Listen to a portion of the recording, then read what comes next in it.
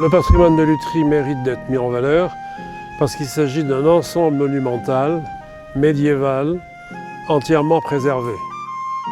Les Journées européennes du patrimoine 2023 sont des journées centrées sur le réemploi. Or, il se trouve qu'à Lutry, il y a 3 espaces emblématiques. L'un, c'est le temple. Et dans le temple de Lutry, on trouve 2 colonnes romaines qui sont en réemploi sur une fenêtre ancienne médiévale. Par ailleurs, il y a les stalles. Ces stalles sont superbes, elles sont en chêne et en noyer. Elles ont été commanditées par le chanoine Guy de la Rochette, genevois, mais qui était donc en particulier le commanditaire, administrateur des biens du couvent. Ce qui nous vaut d'avoir ces armes sur les stalles et éventuellement son profil sculpté sur l'un des côtés des stalles. On a un 3e témoignage de réemploi qui est le linteau de la porte de l'abbaye des Mousquetaires qui se trouve à l'entrée ouest de Lutry. Le linteau a été réutilisé par un privé pour en faire sa porte d'entrée. Le passage des moines qui vivaient donc ici, n'est-ce pas, et qui rentraient dans l'église.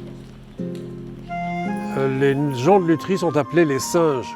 Pendant longtemps, une légende a couru, c'est que la reine Berthe, venant éventuellement une fois à Lutry, aurait aperçu dans les arbres des gens en train de chercher à la voir, à l'apercevoir. Et elle aurait dit à ce moment-là, mais qui sont ces singes qui sont là dans les arbres? Cette légende est complètement erronée, comme toute légende. Et il y a cependant un terreau de réalité. Le singe a bien été présent à Lutry, mais il était présent par le biais des maçons et des artisans de la pierre. Une famille en particulier qui s'appelait la famille Bodmer. Ces Bodmer appartenaient à une corporation, n'est-ce pas, médiévale, une corporation de maçons et de gens tailleurs de pierre, qui avait son siège à Berne.